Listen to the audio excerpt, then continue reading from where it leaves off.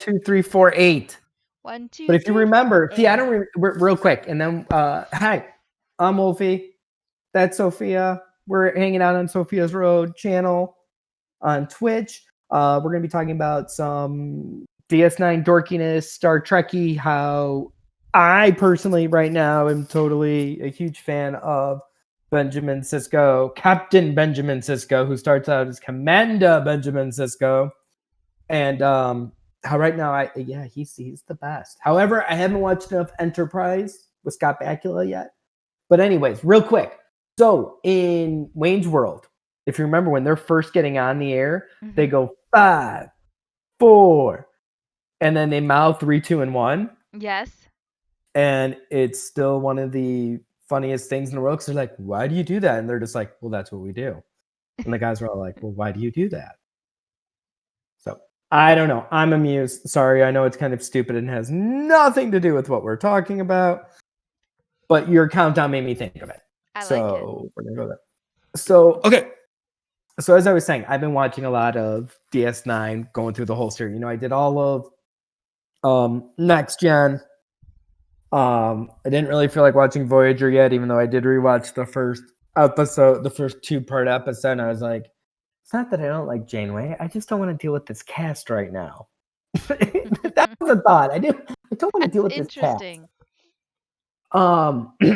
But the you know, one of the really big things so far that I think really pulls me into DS9, and I think they did it a little bit in Voyager, and it's a way of storytelling I think you see a lot of shows do now. And she might be joining us. Katie Beth might be joining us, which would be fantastic. The story is ongoing.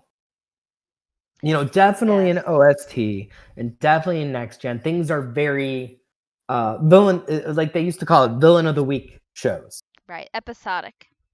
Right. Whereas with DS9 being a station, it really, you know, everything builds upon everything else. Agreed. Pardon me, I needed a fine taste of my frosty beverage. And I really think that's cool. And I really get into it, and I love there's just something about Sisko recently that like I can't get over. I think maybe it's his demeanor, his agree with that. I don't want to say don't give a shit attitude because it's not that. He's so where, you know, Kirk was such a not flamboyant. Well, I guess flamboyant too. Flamboyant would be an okay word. I think that's fair, yeah. But very cavalier. There we go, cavalier. Totally. And Picard was very stoic. I think that's accurate. Sisko is just all emotion. Like he's more of a man of action. Do you get where I'm going? I mean, I think I'm using the wrong verbiage here, but just the way Avery Brooks delivers the character's lines, the emotion in his face, the tone in his voice. Yes. The writers, I think, gave him mostly great writing. You know, you look to his actions. Can't think of the name of the episode. It's the episode where him and Bashir, they go back in time with Dax, and I think it's supposed to be actually like right now, year-wise. In reality, or it's the 2100s. Sure. And Earth, they're putting people basically in concentration camps. That's not what they call it. I think they call them sanctuaries or something. And there's this huge rebellion that happens in one of these cities. Oh, I vaguely remember that episode. Yes. They're like almost like ghettos. Yes. You can almost call them like the Jewish ghettos during like the Holocaust or concentration camp. I wish I could remember. Because I literally I should have looked it up. Maybe I'll take a peek. You could look it up while we're talking. No. But he winds up playing the character. He winds up having to take on the character of Gabriel Bell. Because the real Gabriel Bell dies saving them. But they need this Gabriel Bell character to exist so that they can have, you know, it starts due to this Gabriel Bell's action, it shuts down the sanctuary cities, ghettos, whatever you want to call them. Starts on the path to eventually what will become a united planet, and then obviously into Starfleet. And it's funny though, because then you have it at the beginning, but later on, you then see that issue where it's the picture of him when Bashir, I think, hands him a data pad, Yes. and it's him showing up as Gabriel Bell. Oh, yeah. And then episodes down the road, you have Ram's the brother, Nog going through some stuff and being like, Captain, you look very much like this gentleman. I'm looking it up right now. Hopefully.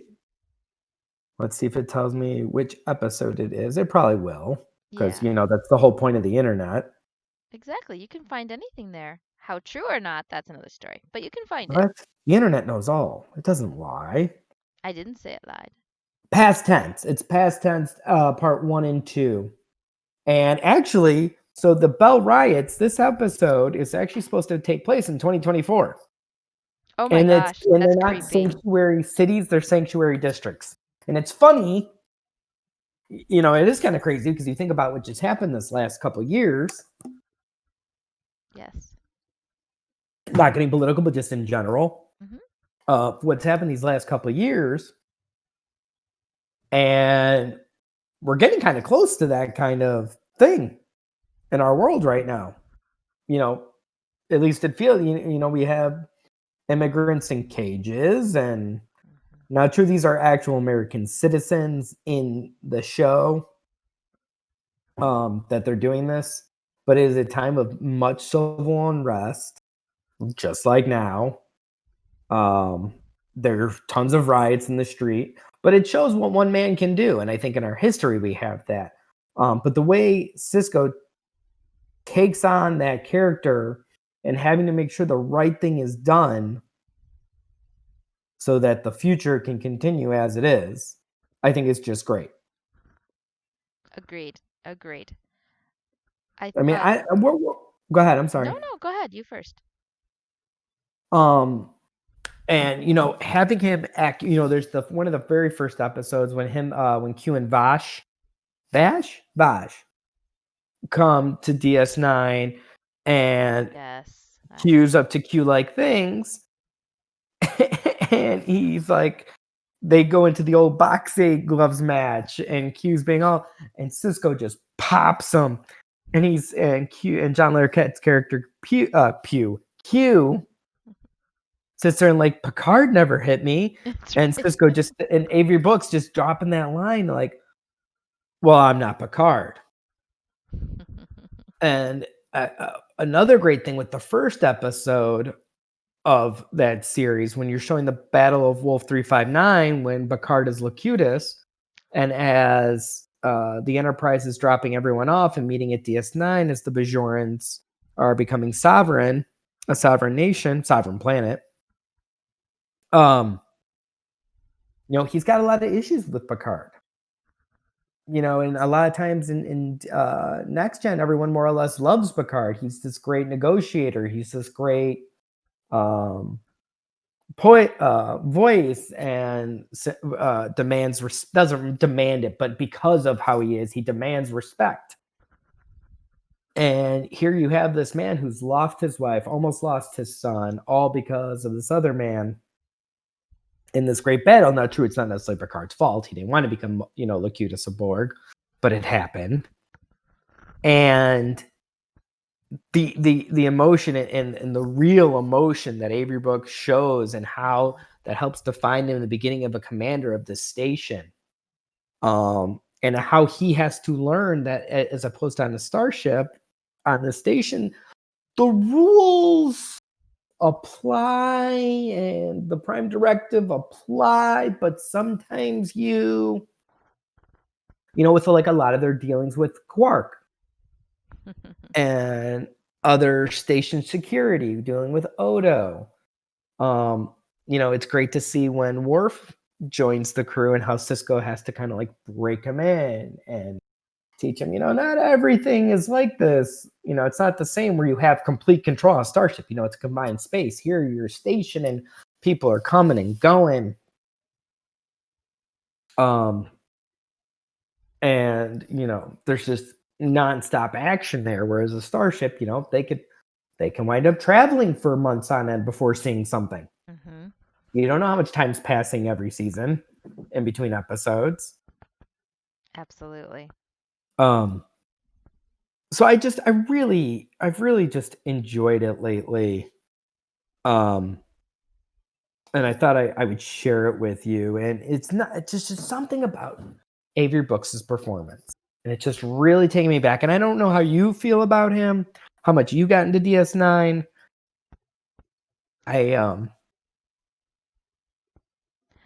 So it's so I just go ahead. Oh, I was say it's so funny that you had wanted to talk about this when we mentioned it yesterday, because I had watched parts of a documentary called What We Left Behind, and it's all about DS9 and exploring the characters and the actors and the storylines. And I thought that was really interesting because DS9 got so much flack, specifically when it first came out, and then even years after. A lot of the other casts and crew would kind of talk smack about DS9. However, I felt that of all the series, it was the most spiritual.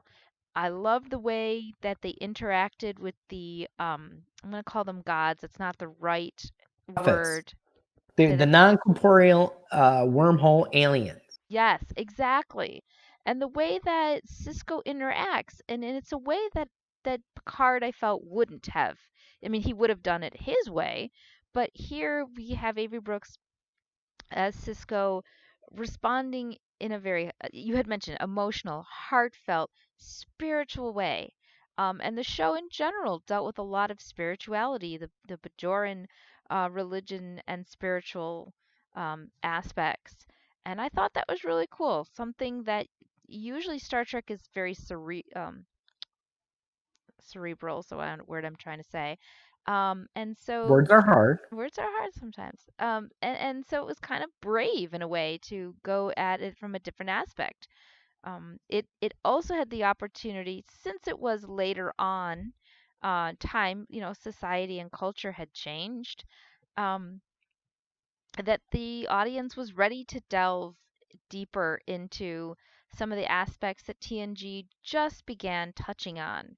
Um, Transgender. Remember the episode where Beverly meets a Trill, and the Trill is being hosted by a male, and that host gets harmed, and the new host is female, and how Beverly at the time is not in a place to work with that. Which was, that was fine. She was just being honest with where she was at. So it was fun having Jadzia, and then I apologize. What was the second Dax that came It's the on? Dex. It begins with an I. I didn't like her. That's like season 8, isn't it? It is later on. Yes, she It's like wasn't on for later very on, long. and I always think about it, and I'm like, as I'm rewatching DS9, I'm on season 5, so the Dominion War's just heating up. Okay. How much I disliked the other Dax, Mhm. and I really wish not Terry Farrell. That's the lead singer of Pornos for Pyros and Jane's Addiction. So not him. Not him. Um, I don't want to say it's Terry Farrell. I'll look it up. Hey, but like, that's another relationship. I love the relationship that Cisco has not only with Jadzia Dax, Right. but also the relationship he had before with Curzon Dax, and how throughout the Exactly. whole story he calls her old man, but yet he still sees Jadzia as Jadzia. Exactly.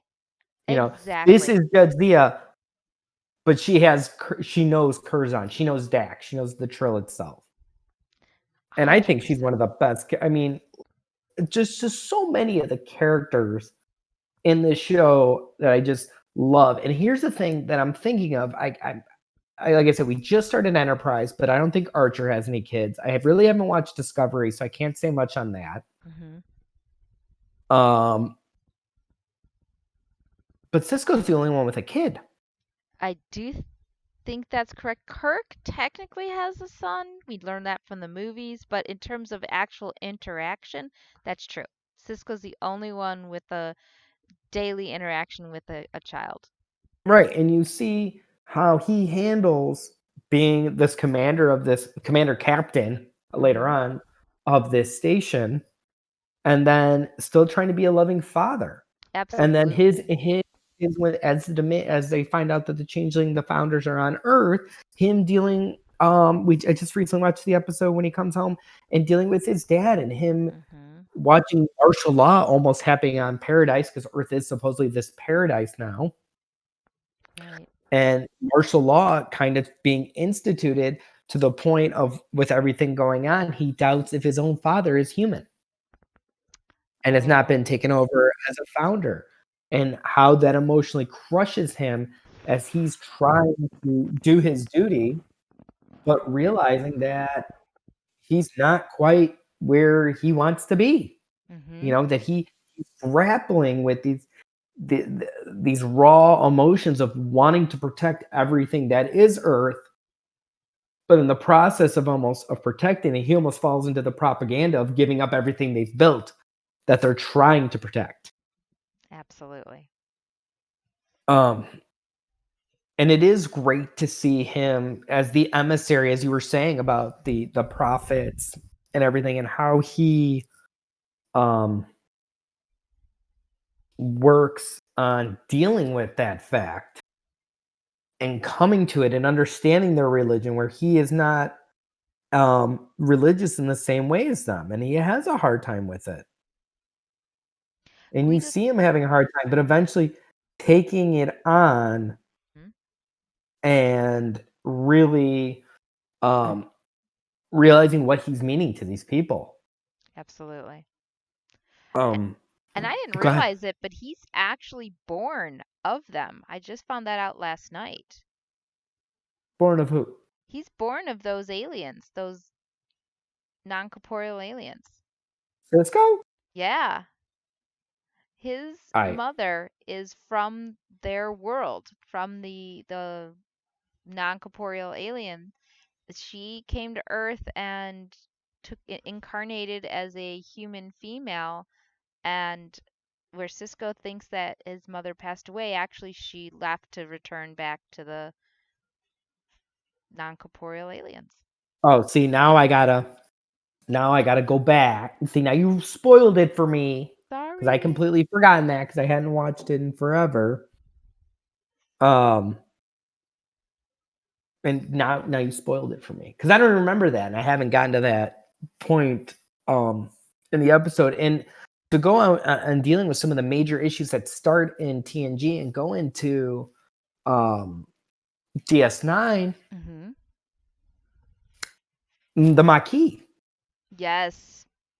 and the back and forth he's dealing with that old army buddy, during across the demilitarized zone with the Cardassians, and Right. how you see in Next Gen that they are having to give up some of these colonies and what happened there, and how he has a relationship with Cassidy Yates, and eventually they have to break it off because she's smuggling supplies to the Maquis,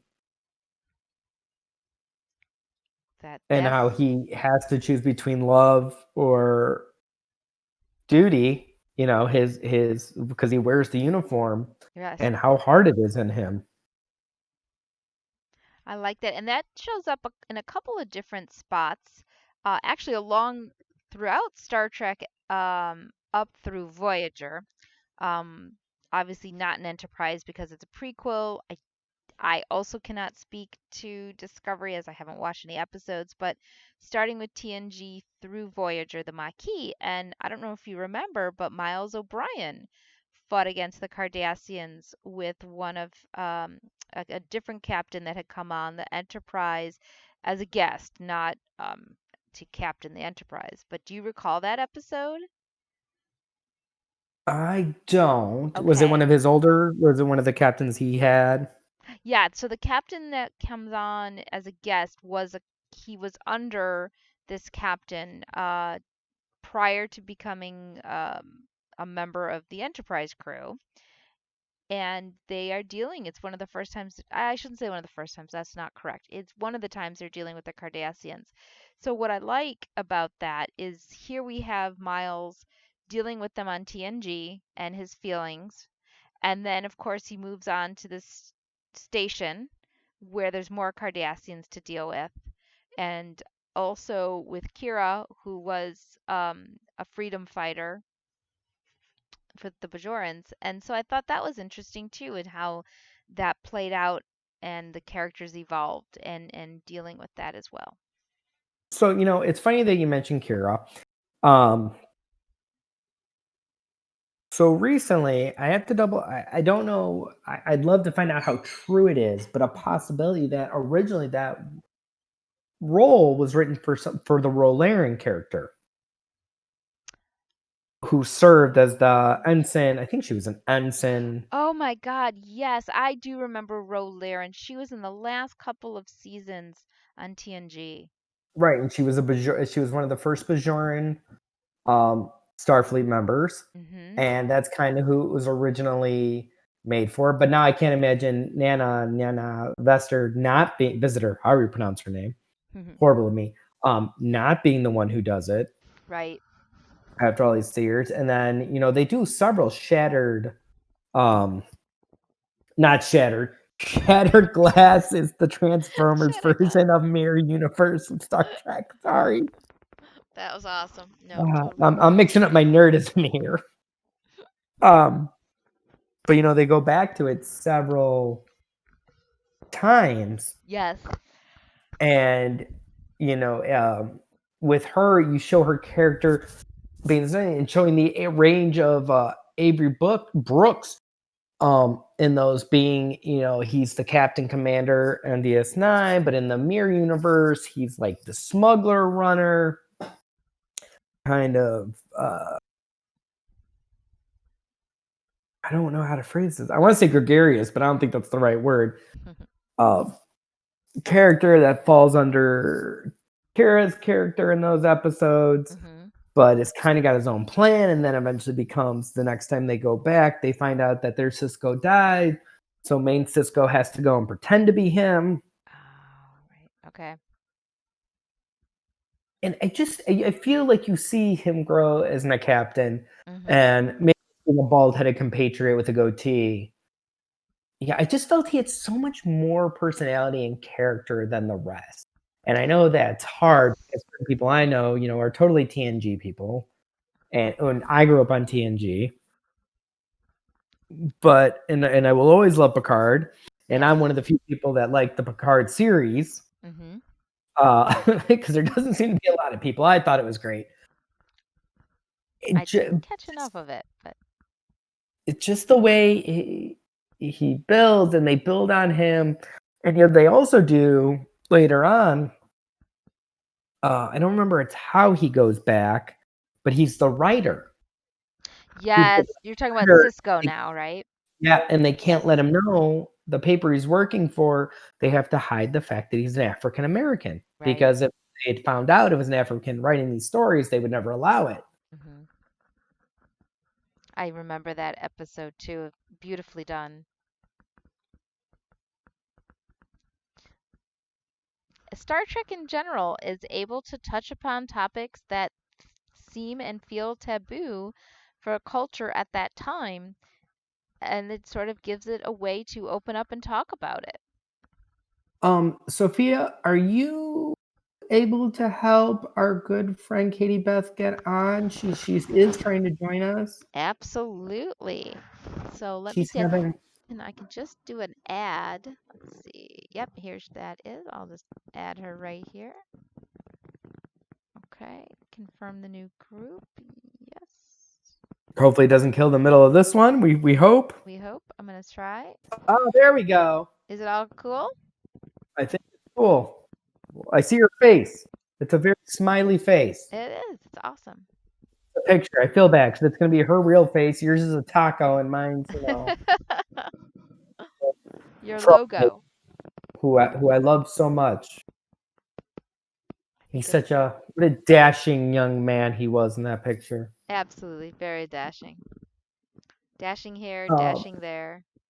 while we're waiting Oh, for her, oh, it didn't go through. Okay, we try again. I will try So again. while we're waiting and trying to figure out this little technical hiccup, everybody, another character on that series that I think just makes everything wonderful is Garrick, Oh my gosh, yes, the the Taylor, Cardassian right? tailor, who's always like, "I'm just a tailor," Yeah, you right. know, even though he's part of the Obsidian Order and has all this stuff, and the way his moral pendulum kind of swings. He's there to help, but he's got his own intentions, and how his and Bashir's relationship builds. Katie Beth, unmute. Come join the conversation. Okay, good. You see that too. Okay, good. There we Hey, go. Hi, figured how it are out. Sorry, I you? didn't want to interrupt. Hello, Katie. I'm so glad you're Good. here. I know I missed you guys. How are you? We missed you too. You know Miss you what? too. It's so funny because me and Sophia had just been talking about you. Oh dear. Yeah, No, all no, good. only good stuff. I swear. Um, And then, I had talked to your sister and she had said the same thing. So that's why we reached out to you. And I thought you'd get a kick out of this Mhm, topic, talking about Ben Sisko mhm. the captain of DS9 and the way his character interacted with everyone. Because, of course, as talking to your sister, I think fair to say all four of us grew up on TNG. Oh yeah. 100%. And then obviously Voyager being the first woman captain. Mhm. And I have nothing against Janeway. I thought she was a fine captain. Obviously I love Picard, and me and Sophia talked about Kirk, and he's Kirk's Kirk. He starts it all.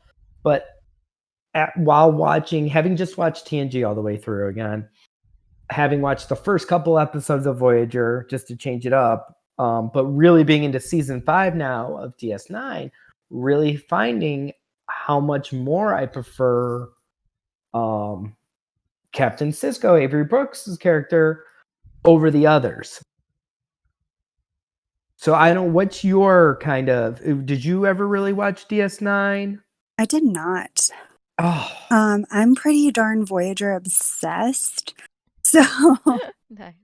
so we know our next. um, We know our next one together. We'll do Voyager next, and we'll talk about Absolutely. Janeway and the Maquis and B'Elanna Torres and Henry Kim. but I do want to watch DS9 at some point, just because, I think there's a lot more out there, and a lot of people are saying that it's valuable. So I'll give it my best shot. I think the reason.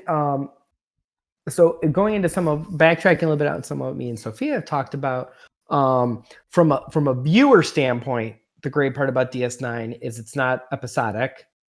Every episode builds on the next episode. It's not a villain of the week, which is Mhm. kind of very much what It's very original, different from the originals, from the typical Star Trek format. right, from TNG and TOS. Mhm. thank you. Mhm. It's there. The brain's there. It's there. It's funny. TOS or OST. I mean, Voyager, I think, had some of that, where it kind of wasn't just episode to episode, but I don't think it was kind of like how DS9 was either, though, trying to remember back a little bit, because they're doing this voyage and meeting all these people along the way. And it does seem like previous conversations did click over, but I They don't think it yeah. was as much. See, this is why I got to rewatch Voyager now next. Oh, 100%. I would agree with that. I feel like it was very much true to the original Star Trek format, in the sense that if you'd never seen an episode before, you could watch one and appreciate it, and you would automatically know that they're lost in the Delta Quadrant, that, that's the basic premise. Um, but you can watch it and understand it, but there is a certain amount of crossover from episode to episode. I hear you. So yeah, I definitely want to get back into it. So what we were talking about right now was was the Cardassian character named Garrick, who comes off as a tailor, Katie, and he's really part of the Obsidian Order, or was part of the Obsidian Order, and kind of how his allegiance was to himself and how he's always lying, but where is he also telling the truth, and what are half-truths and what are full truths. And it just really dives into these characters more on DS9. I think you see, and you watch them all grow and interact, and how you watch what I had said early on is how Picard is very stoic, Kirk's very flamboyant. I need a good word for Janeway. I would say actually, in many ways, she's very similar to Picard. Mhm. I don't want to get too far into it, but that at the time she had to be that way because culturally they weren't ready for a yin kind of a, if we're talking about yin and yang, she still had to be very yang energy. So I think there's a lot of similarity between them. What would be the right word for her? I don't know, but I she mean, has. she definitely. Go ahead. I would say she's in many ways she's married to the ship, just like Picard was. I felt, even though she had a significant other and she does reach out to him, but overall, duty still lied with the ship over the relationship with the person. Right, where I feel that's definitely not the same with Sisko. Is that it is important. Um, you know, he has a nice combination of both. He's not afraid to get close to his crew. Mm-hmm. He's not at arm's length, but at the same time, you do have to follow the chain of command. And one of the episodes I was watching just yesterday was they're on this planet trying to see if in the Gamma Quadrant, seeing if it can be used as a mining planet for the Federation. And all of a sudden, a Jem'Hadar ship comes crashing down. And they go to the ship and they're like, oh, this would be a great find. Look at all the stuff we can get and help technology to help us prepare. Because right now they're in the where I'm at right now, they're kind of in that Cold War state where there's little sabotage and espionage things going on. And the Dominion trying to build mistrust between the Federation and the Klingons after all the years from the Khitomer Accords, the peace treaty. Yep. And in the process of trying to get the ship, one of the Vortas come with several Jem'Hadars, and they're trying to get the ship back. But the Vorta is not being completely upfront with Sisko what's going on, and Sisko goes there in good faith, but due to the lying and the mistrust between the two, even though we're in a Cold War, so it kind of has that nice parallel. What it is there's a sick founder on the Jem'Hadar ship. Oh, that's And if there had been more trust, 5 Federation Starfleet people could have been saved, and the founders could have gotten back their own kind. And because there's this mistrust and everything, but you see how those 5 deaths at the end, Sisko's talking to Dax,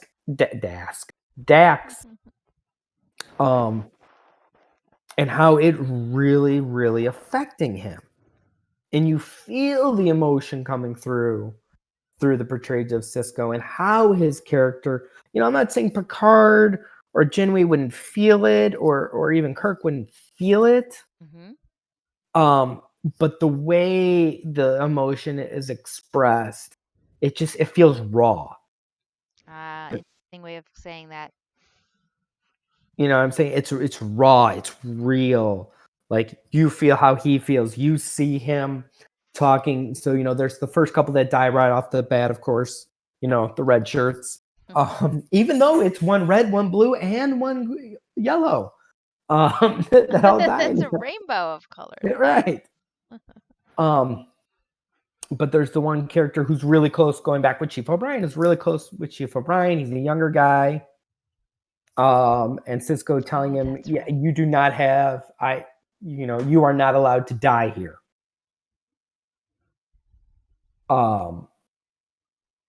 And how it affects Dax and Worf and Sisko and O'Brien when this character dies.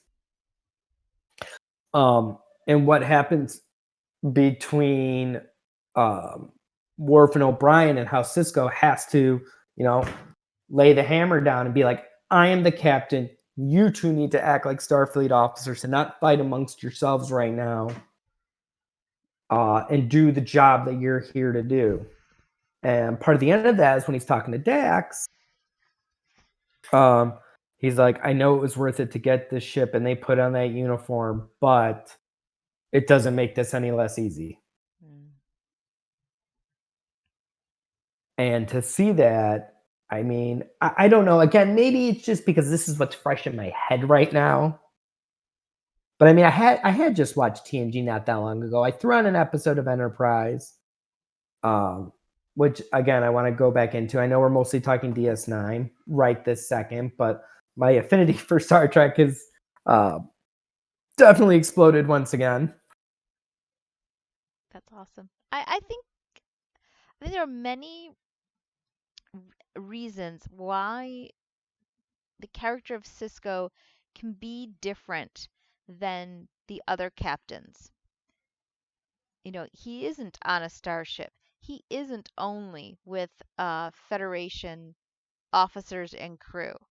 He's on a mixed starbase is not the right word. Is that the right word? Station, deep space station. Deep space station. And so, he has a much more having to interact. I'm going to use the word intimately, and I mean that in the sense of daily when I say intimately with these other cultures. So on the starship, right, we have these various different races that are working together, but they all have agreed to behave based on Federation policies. And so there's kind of this norm that exists. And then every once in a while, because they are visiting and exploring new worlds, they do meet new cultures and they have to learn and appreciate and respect and potentially deal with the Prime Directive. Sisko, on the other hand, being on the station, um, there are cultures coming on and off all the time. And he's also dealing on a daily basis with the people on the station that aren't part of the Federation, who aren't going to necessarily follow the rules of the Federation. And so he does have to be a very different kind of leader and accept things a little more on the fly and he does have a need to get closer because I don't want to say this. There aren't the rules that are going to make things stand up. He needs relationships to make things stand up, if that makes sense. Yes, and that's totally, I think, what happens because, you have, we brought up Quark earlier and him having his bar. It's almost like, would you say it's like a city or maybe a state? And he's like the governor or the mayor of that city or state inside of the bigger federation, because you do have that. You have different restaurants. You have the Bajoran, not military, but you have Odo security team is made up of Starfleet and Bajorans who are not Starfleet, and having them coexist and having to deal with each other. Absolutely. And I think that your description of mayor or governor is apt. Um, and that's okay. So that's sort of interesting, right? Because on a starship, the captain is kind of I'm going to use the word Napoleon. That's not really the right word, but None of them are short. They're not me. There's no hands in the pocket. and I learned actually Napoleon isn't so short, um but they're kind of a leader unto themselves in a way. I mean, they have to still answer to the Federation and the admirals and all of that. But day to day, right? They're in charge. They're it. You don't follow it, then you're mutiny and you can go to the brig. And in a situation as more of a mayor or governor, I mean, sure, people can still go in the brig, but there's a lot more loosey goosey. Does it make sense that Cisco put somebody in the brig? What is the benefit versus what harm is going to happen by doing that? He's got to have a little bit more finesse in his negotiations. Right. And I mean, even at one point, I mean, you could have, it almost looks like hundreds of different cultures. You sit there and as people get off the ships, because it's, a port, and watching them all, try to find how many different races can you spot in each episode. That sounds like a fun game. We should You actually know, put on an episode and do like a counter. there you go. Absolutely. Absolutely. We can do a review of an episode. That might be something fun. And not to get too off task here, everyone who is ever listening out to us. That would be But cool, maybe though. do that. Watch an episode. We all agree on an episode and we watch it. And see, guys, we're learning on the fly here of what we're gonna do. And see what happens. Now, Katie Beth, have you seen any TS9? Anything that rings a bell to you? Oh, Yeah, you're just sitting there on mute. You're right, and here's the worst part for you. For anyone who's for everyone who's watching on Twitch, you're right in the middle. So they see you here with your, X'd out mute sign. So I'm listening to kind of understand, and I think this will be helpful when I do start to watch DS9, kind of already having an idea of why it might be different. And I do think, that's part of the reason that I never started it was because there was this fear of, is this really Star Trek? Is it going to be what I grew up with and what I'm used to? And so I think it was definitely a fear response that I haven't started it, but kind of listening to the conversation and understanding what might be different, how it's going to look, and why it's valuable. Like, why should I watch this? Is really interesting. So, I like Katie. Could you talk a little bit more about that in the documentary What We Left Behind? They mhm. do touch on that, and I'm so glad you brought that up. Would you talk more about that? About like, is this Star Trek? Why you thought it wouldn't be? And you said the fear in quotes, right? Not afraid, but Mhm. yeah, talk a little bit more about that. That'd be awesome.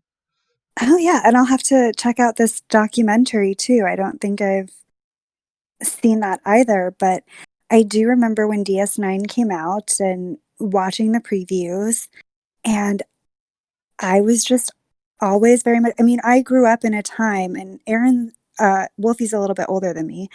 But when I was growing up, TNG was just ending and Voyager was starting. So that was really like the meat and potatoes of the new episodes that I watched. And of course, with my family, I would always go back and watch the older episodes of TNG, but Voyager was the first Star Trek that was brand new, and I watched beginning to end every week. And so when DS9 came out, I was kind of like, well, I already have my Star Trek. This is what I grew up with. This is the one I like. And it's strange because it's my bedtime show. It's like a blanket almost. It's familiar. I can throw it on the TV and crawl into bed and kind of listen to it as I fall asleep, or turn it off and then fall asleep, and know that I'm going to go to sleep in a good mood and feel good. And so I guess it would there. That's a little bit part of it too, right? Is just the familiarity of what I grew up with, and then this new thing that was like, whoa, wait a second, this looks different, right? Absolutely. So I guess that's part of it. I'm very much the type, and you could ask my husband any day, if we go out for dinner to a restaurant, I will order the same thing every time. Now, if he gets something new and different and I try it and I like it, I might order that next time, but I don't order anything new until I've tried it first. Nice. I like it. Um, so, but you know, I think the positive reviews and I'm in a Star Trek Voyager group on Facebook, Oh, and of wow. course that's the focus there. I'll invite you to it if you'd like, but there are some things about DS9 that come up, and I always just kind of glossed over. I'm like, I don't care about that. I don't want to know about that. That's horrible. You should. I I know. You're the one that you and Lisa, you and Sophia are the ones who always encourage me to want to learn more. I know, I know. And so I think listening to you guys talk about Cisco and how it's different and why it's different and where there might be value in it is definitely opening up my mind to the possibility. Like Picard, I wanted to watch, right? Because they were characters I knew. I know Picard. I know 7 of 9. I know Icheb. I don't know anybody on DS9, right? But now I can turn it on and say, okay, I know a little bit about this Cisco guy, you know? Yes. And I think you. So, what did you? Without, I know we're talking about DS9, but real quick, and we can always delve into more. What did you think of Picard? I really liked Picard. I mean, as far as I was concerned, you know, growing up, he was the captain until Janeway came along. And when she did, I really didn't see too much difference between them. I do remember as a small child maybe being a little bit turned off from Picard because he always seemed a little bit distant Which is from people. And there were some episodes where we got some good looks into his inner life and his personal relationships and things like that. And so it was a kind of a weird mix. I think, you know, Patrick Stewart, he's a classically trained British actor. He's incredible, one of my favorites. And the way he does the character is almost as if you in the audience feel that you're a member of the crew. He's approachable and we know something about him, but we're not just going to go up and be, hey, Yo Picard, what's up? You know, yeah, like it's almost like you feel what it's like to spot to be on. on that ship and like, oh, that's the captain. I know him, but I'm gonna wait till he says hi to me first. You know. And see, Um, that's one of the reasons I like. We've talked about liking DS9 is he does mhm, seem much more approachable, mhm. And Totally. that's and an interesting concept to me for a captain. So now I'm curious enough to want to turn on episode 1. You know. plus eventually you have to get into the trouble with tribbles Oh because my they go back God. to that Yes. episode due to a time traveling. Of course, who doesn't love time traveling? Oh, it's my Um, favorite. and how I they could have talk to temporal prime directive all day. Love it. um and how they what they have to do in that episode is just absolutely great. And you see all the old cast, and if you think about it, so very early on, um, CGI graphics and stuff of that nature that they had to do with that compared to where well, I don't want to ruin anyone who hasn't watched the recent Mandalorian episode, but the way they can do those deep fakes now, or having two people at different time periods in their life being at the same place at the same time, and how they did it is just amazing in that episode. For the thinking of the budgets that they're working on, as opposed to those who are, um, compared to a movie, and how they were able to make that episode work. However, I got to be honest, and Sophia, I'd love your opinion on it. And this is Kitty Beth. This is one thing for you to watch on. I don't like Bashir. I understand. Yes. He's so he starts off as he's just this hyper intelligent doctor, and I think in some ways he's unapproachable. He if I'm recalling, I'm not gonna say it this way because I think I'll state it wrong, but his accent is such that it's distancing. You know, no one else has that kind of accent. Everybody else has a much more approachable, other than Kira, Kira. She of course is a little rough at first, So I see that. I see why you don't like him. He's a very self-centered, and he tries to be a Casanova in the beginning. That does calm Right. down, but I mean, I love his relationship that he has with Garrick yes. and watching that grow and kind of change him a little bit. And maybe that's why they took certain things away from his character as the seasons went on. But I'm just having a hard time. Like when you watch Beverly Crusher, Yes. as opposed to, and even the doctor, who I forget, he names himself at some point Right, the in holographic Voyager, doctor. Hmm. Yes.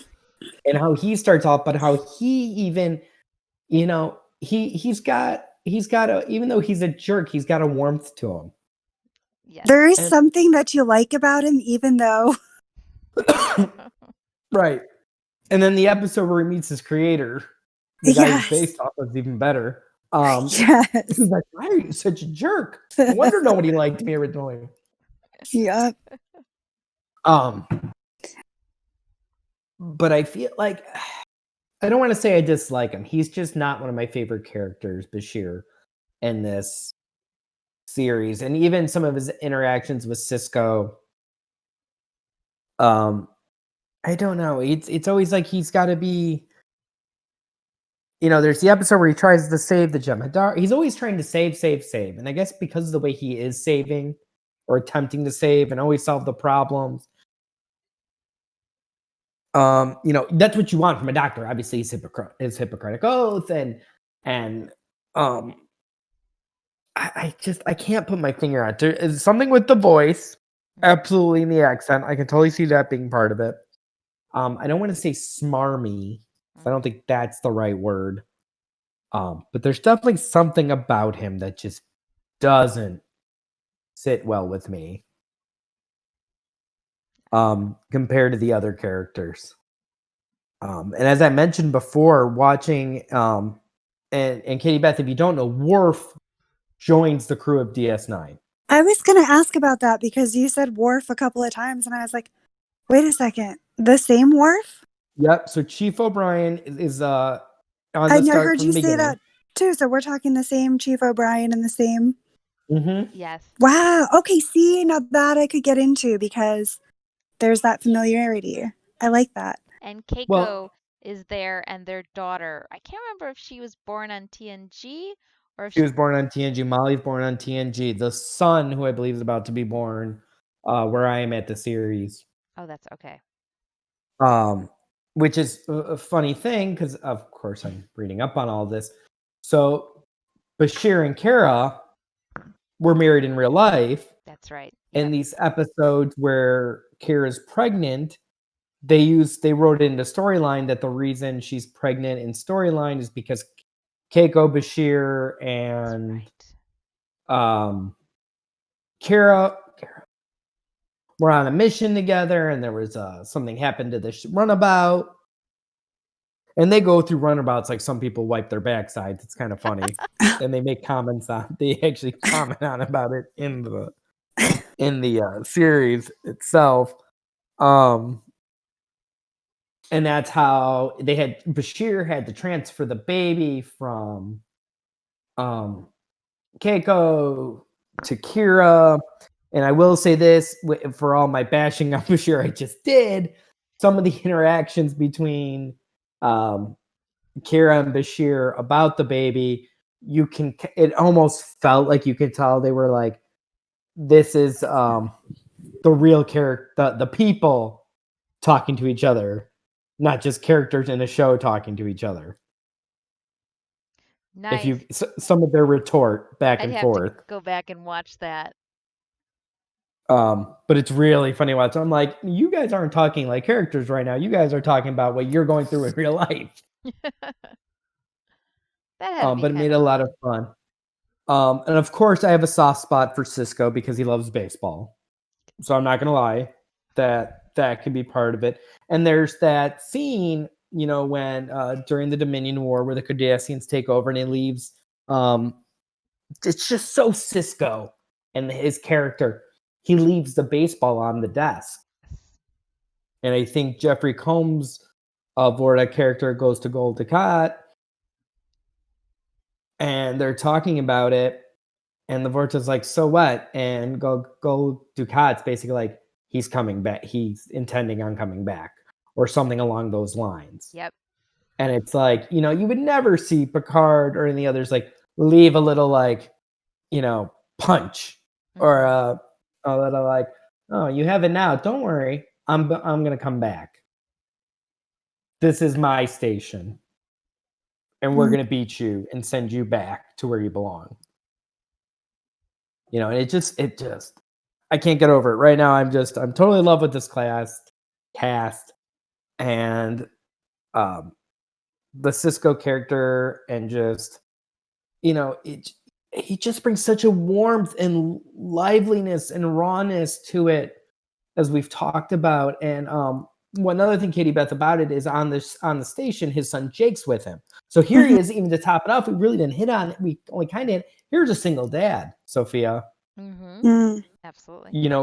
Raising his child in deep space on this station that's right in the middle of what will be a war. Coming to grips that his son doesn't want to be in Starfleet, but wants to be a writer. Wow. And they show that, Sisko has like real, you kind of realize it with Picard, but Sisko likes baseball, and you see him cooking constantly on the station. That's yep. Interesting. No replicators. Well, they use the replicator, but a lot of the time, a lot of the show centers around food, because they have a cafeteria. Because they have the Promenade, because it's a space station, so they have the different stores and stuff. Yep. Mm-hmm. That's And you very see cool. in different restaurants you can go to, and they talk about it. Yes. But you see him honestly making food by hand, Yep. making the sound. It's never the same with the replicators. Yes. And his father is a chef. He owns a restaurant back on Earth, right? Yeah. Yep. Love that. And that's where that episode takes place.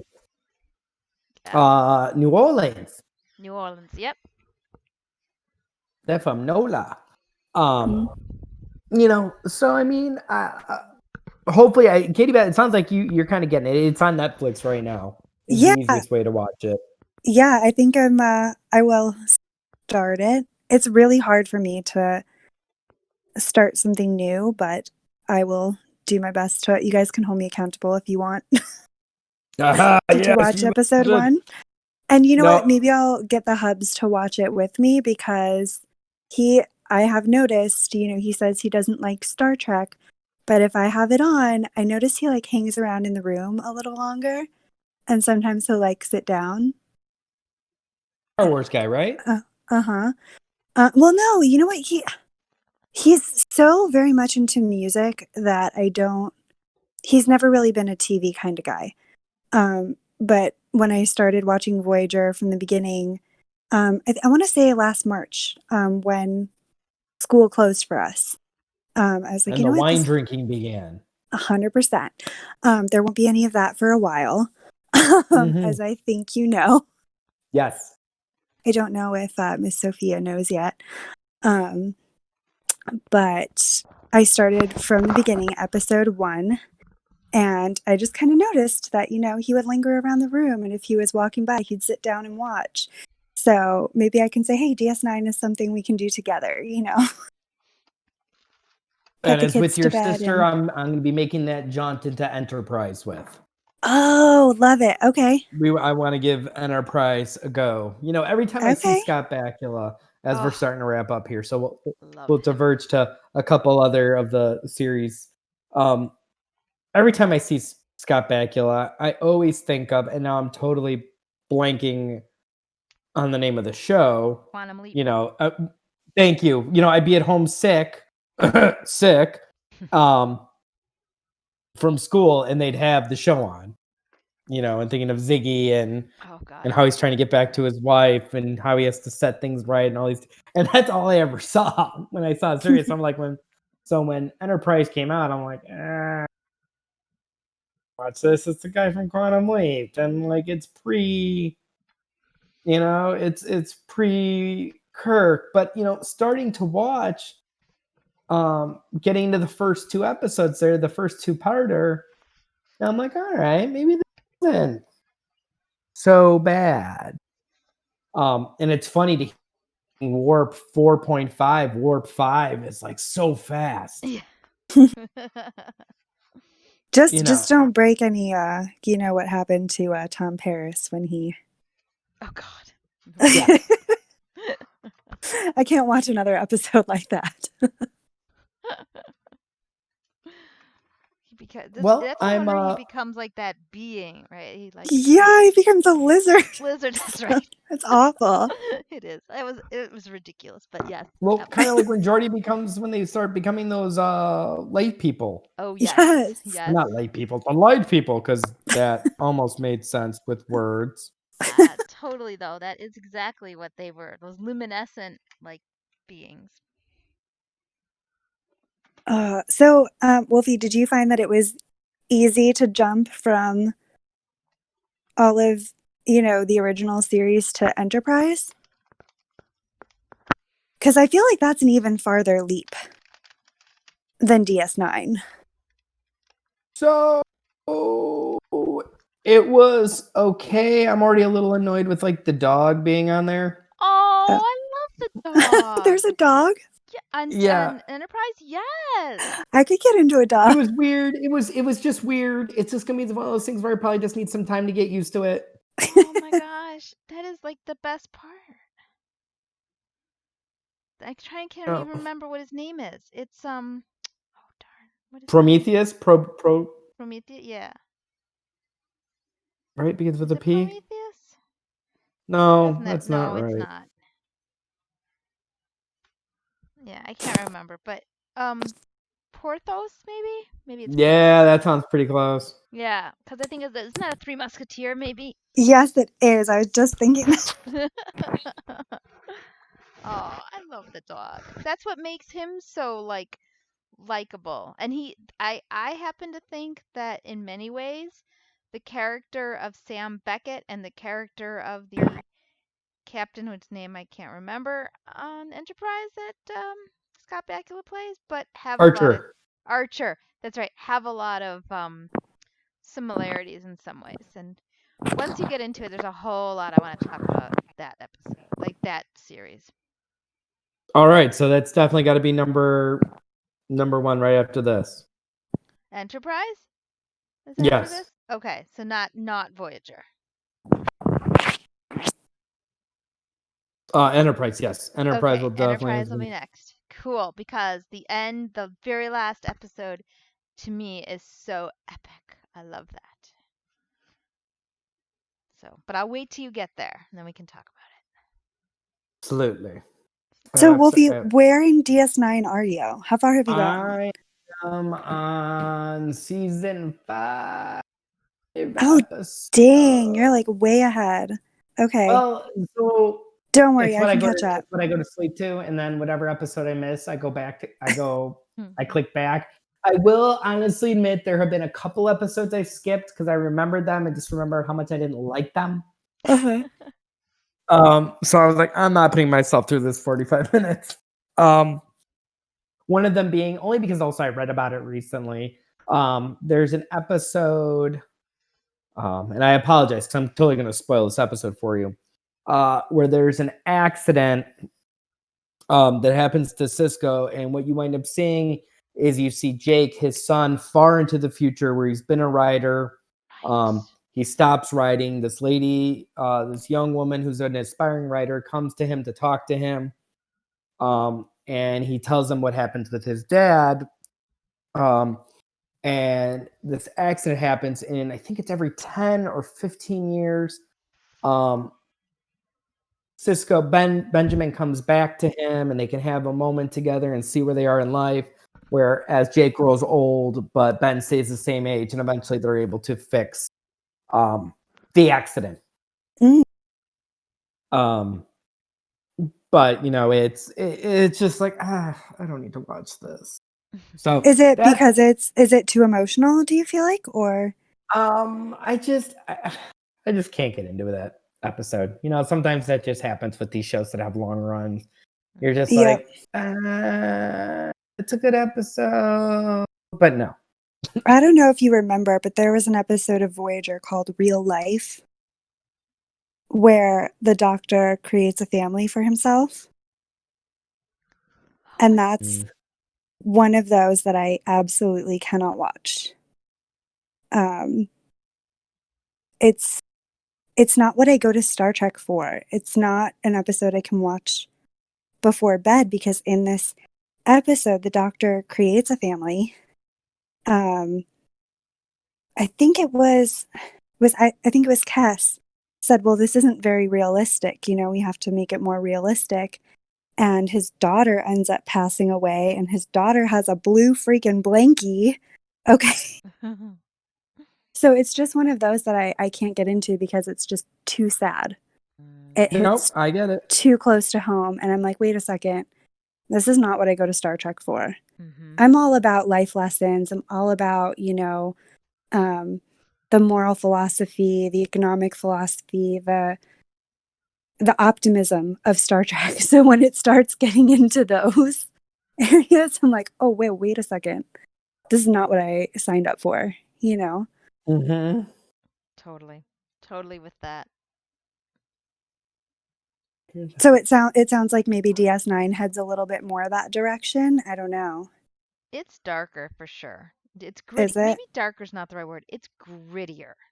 Yes. Okay. Yes, because again, you got to go to it. It's everything builds on itself. Mm-hmm. And remind me, so I think 80, 87, 88, 89, somewhere in there, TNG. 86. I think it's 86 TNG started. No, it can't be. Hold on. Now I'm going to look it up. We're going to fact check. No, I want to say you're closer to 88. Wait, 74. Oh, okay. So we're smack dab in the middle. Okay, what was it? 87. 87. Okay. September 28th, 1987. 87. No, was but did you say November? It was a mere 4 years and some change. Okay. Not to date anybody or anything. There you go. So part of the grittiness, right, is so we've got TNG that's late 80s, very early 90s, and actually DS9 94. So DS9 does start while TNG, I believe, is still going. Right. That's why Warp's not over there until later. January of DS9 was January 93 to June of 99. Okay. So you've got that whole 90s grunge, dystopia. The other generations have effed our planet, our world, our systems, and that was where DS9 was coming in. And so it definitely had that 90s feel.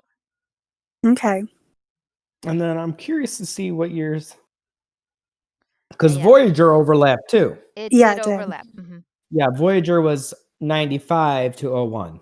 Mm-hmm. Okay. What did I say, 95? Yeah. Yep. That's weird. They ran simultaneously for a lot of years then. Yeah, they did. For over half their runs. Mm-hmm. Huh. Mm-hmm. The other thing is because you have Quark, who, Katie Beth, just before we wrap up here, and the Ferengi and him, being a Ferengi. But you learn a ton about the Ferengi, and they're not just some weird big-eared people, as they are in some of the TNG episodes. They really 100%. build not always out conning people. What's up? Not always just conning people. Or I mean, always looking for profit. Yeah. And humans don't understand profit. Yes.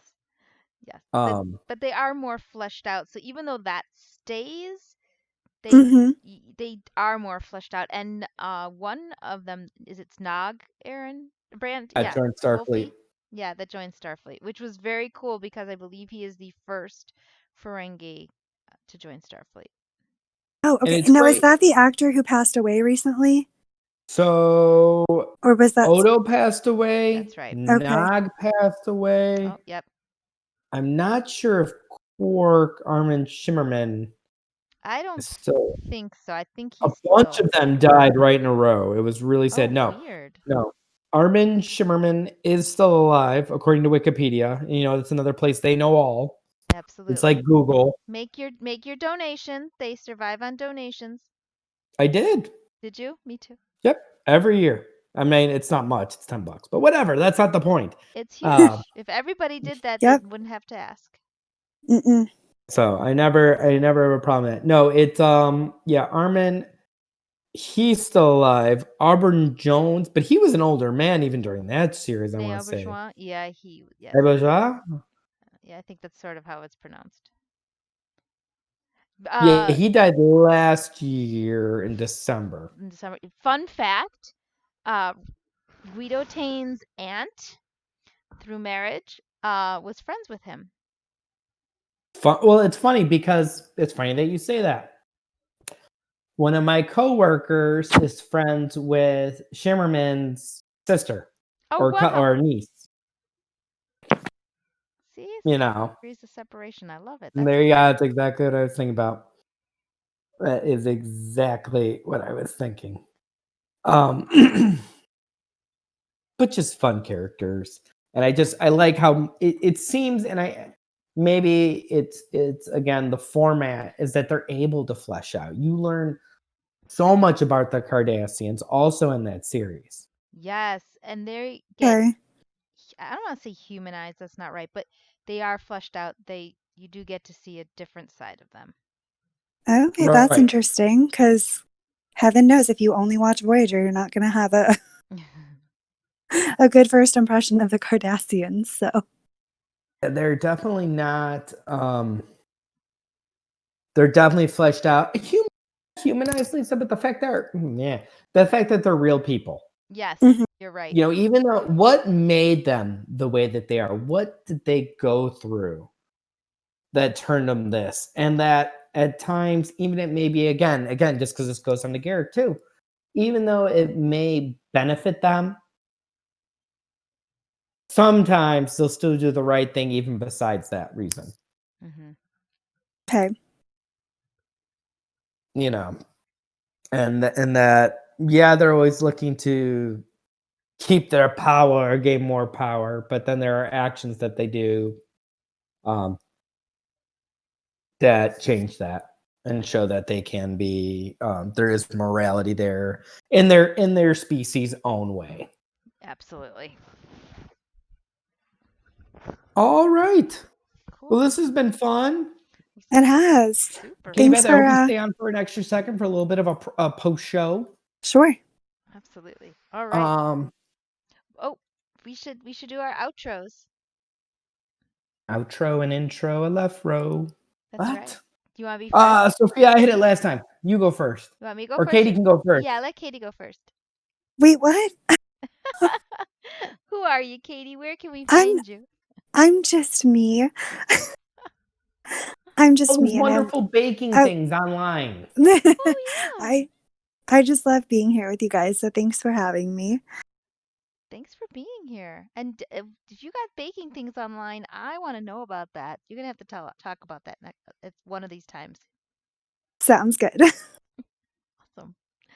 I'm Sophia. Go ahead, Sophia. All right. I'm Sophia's Road, and you can find us at www.sophiasroad.com, where you'll learn a little bit about our tiny off-grid lifestyle and some food reviews.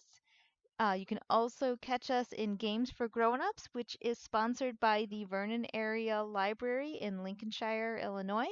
If you are interested in joining, it's at least one Sunday a month. Please register with the Vernon Area Library, as that is how we get to maintain this program through their budget. We are supported by your tax dollars. And you can catch me. I'm going to something good for once. Yeah, right? And see it go for something good, something that helps. You can catch us here on Twitch, maybe YouTube even. We'll see. Pardon me. Gesundheit. Where we kind of are talking and figuring out where we're going from here. And next on Wolfie. Ooh, me. I'm all over the place, god damn it. I got all sorts of goofiness. So of course I have my clothing line, the Delinquents Clothing, as well as the Diners Day clothing line, where the Delinquents is more of my different characters of the Wolfie character, Pixie, Monkey Paws, and two other people's name I don't feel like remembering right now, which is horrible to me. That's delinquents-2.myteespring.co. The Diners Day shirts, which is more of old fun, just quotes and humorous jokes. We're going to be adding another one for the dime quarter dollar joke, which is currently up on the YouTube Diners Day channel, which is just Diners Days. That one is the the-diner-days-2.myteespring.co. We're on Instagram as both the Delinquents Clothing, TikTok at Delinquents2, Diners Day on Instagram, and Facebook, same names. And trying to keep everything interested and connected. A lot of plates. Let's see how many I can have going at once. Nice, nice. So we hope you've enjoyed this and join us again for next time. Till then, we'll be seeing ya.